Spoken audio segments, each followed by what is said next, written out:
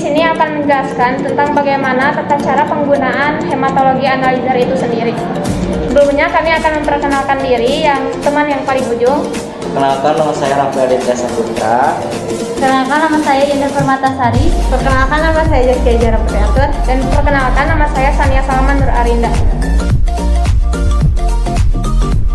Untuk kegunaan alat hematologi analyzer ini untuk memeriksa darah lengkap dengan cara menghitung dan mengukur sel darah dengan cara otomatis.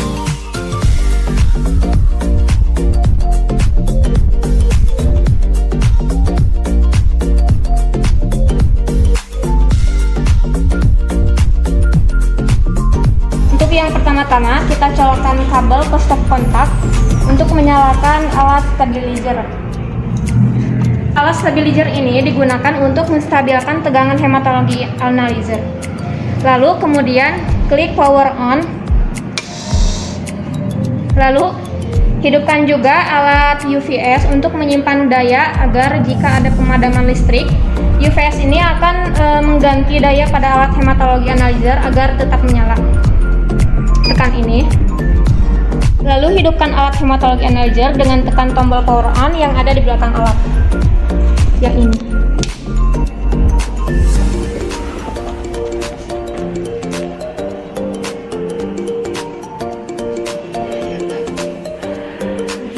Jika sudah seperti ini, hingga display pindah ke tampilan crown.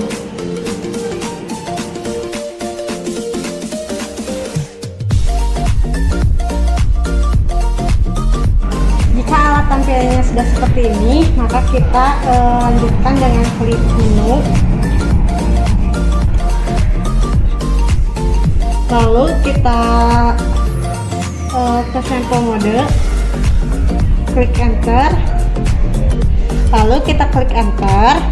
Di sini ada dua pilihan, yaitu whole blood dan pre-dilute. Nah, yang whole blood ini untuk sampel yang banyak, dan yang pre-dilute ini untuk sampel yang sedikit. Berhubung kita di sini menggunakan yang sampel banyak, maka akan menggunakan yang whole blood.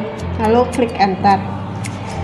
Setelah itu kita klik menu, beralih ke account, klik enter. Maka di sini akan tertera tampilan seperti ini. Kemudian kita klik ID, lalu masukkan isi data pasien pada display. Lalu kita klik gender, pilih. Di sini ada male dan female. Untuk male itu bagi laki-laki dan female untuk perempuan. Nah, di sini kita pasiennya perempuan, kita klik female, enter. Selanjutnya isi nama.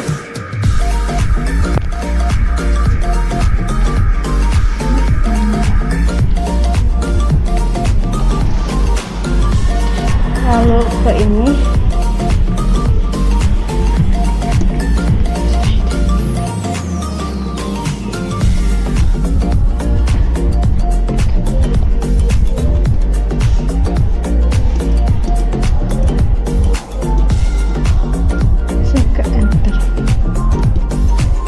Setelah mengisi data, sekarang kita masukkan sampel darah ke dalam lubang ini, lalu tekan tombol ini.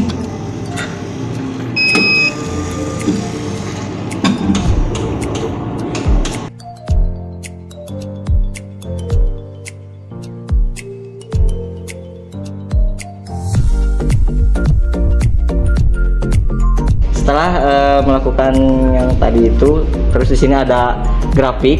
Yang pertama ada WBC, white blood cell, yang sering dikatakan itu leukosit atau sel darah putih. Terus yang kedua ada RBC, red blood cell, yang sering dikatakan eritrosit atau sel darah merah. Dan di sini ada PLT, platelet, keping-kepingan darah. Kemudian setelah itu kita bisa print hasil dari pemeriksaan tadi, tapi dikarenakan tidak ada kertas printan, jadi kita bisa langsung menulis secara manual hasil pemeriksaan dari sampel tersebut. Setelah menggunakan alat ini, jika kita ingin mengulang kembali pemeriksaannya lagi, kita klik startup dan tunggu hasilnya sampai seperti ini, kembali ke awal dengan 000. Kemudian setelah selesai menggunakan alat ini, kita matikan, tapi sebelumnya kita harus membersihkan sisa-sisa dari sampel yang tadi. Kita akan membersihkan dengan reagent cleanser. Lalu kita klik terlebih dahulu menu, lalu pilih shutdown, lalu enter, lalu kita pilih enter. Nah, di sini kita diminta untuk masukkan cleansernya ke selang, lalu tekan yang ini.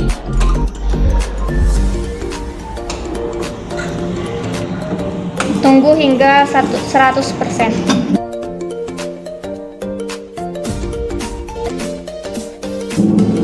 Untuk pembuangannya akan terbuang ke selang pembuangan limbah ini.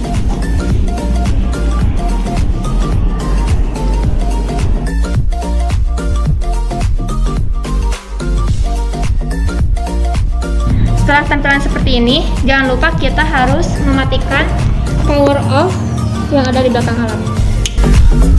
Lalu jangan lupa juga untuk mematikan alat UVS dan mematikan alat stabilizer.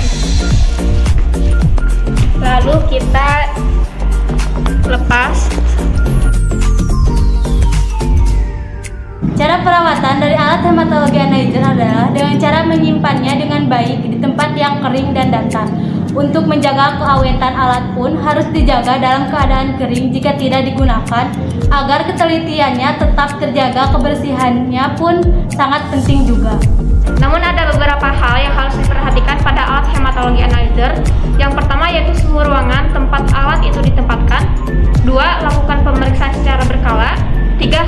Selalu periksa reagennya seperti Rhines, diluent, dan lain-lain. 4. Jangan sampai sampel teraglutinasi. Gunakanlah sampel darah yang sudah dicampurkan dengan antikoagulan. Pastikan tidak ada sampel darah yang menggumpal karena akan merusak hasil jika terbawa. 5. Lakukan pemeriksaan secara berulang dan troubleshooting kondisi. 6. Lakukan pemeriksaan teknik sampling dan jenis spesimen yang akan digunakan. Selanjutnya, yang ketujuh, pemeriksaan suhu ruang memenuhi suhu pada kisaran 18-20 derajat Celcius. Kondisi meja harus dari beton dan pergunakan termometer. Yang kedelapan, periksa cara penyimpanan serta lama penyimpanannya. Yang kesembilan, lakukan homogenesis sebelum melakukan pengukuran minimal 1 menit. Dan lebih baik lagi jika setelah sampling masukkan darah dengan penggiling khusus. Terus yang ke-10, yakinkan alat telah melakukan warm up dan telah dibuat background. Yang ke-11, periksa kondisi volume dan kesamaan reagen list, diluent, dan resin. Oke, selanjutnya yang ke-12, lakukan pencucian pada setiap 20 sampel berjalan. Yang ke-13, setiap minggunya lakukan pemeliharaan alat dengan menggunakan larutan pencuci hipoklorit. Dan yang ke-14, untuk melakukan penghancuran sisa bekuan atau sisa pembuangan darah yang tidak sempurna, digunakan larutan enzim dissective as cleanser setiap 2 minggu sekali atau sebulan sekali. Terus yang ke-15, jangan gunakan alat tanpa istirahat. Yang ke-16, gunakan darah kontrol baru dan belum mendekati atau melewati tanggal kadaluarsa. Dan yang terakhir, yang ke-17 adalah bila hasil printout hematologi analyzer mencurigakan, konsultasikan alat tersebut dengan staf ahli laboratorium atau DSPK. Sekian penjelasan mengenai alat hematologi analyzer dari kelompok kami. Wassalamualaikum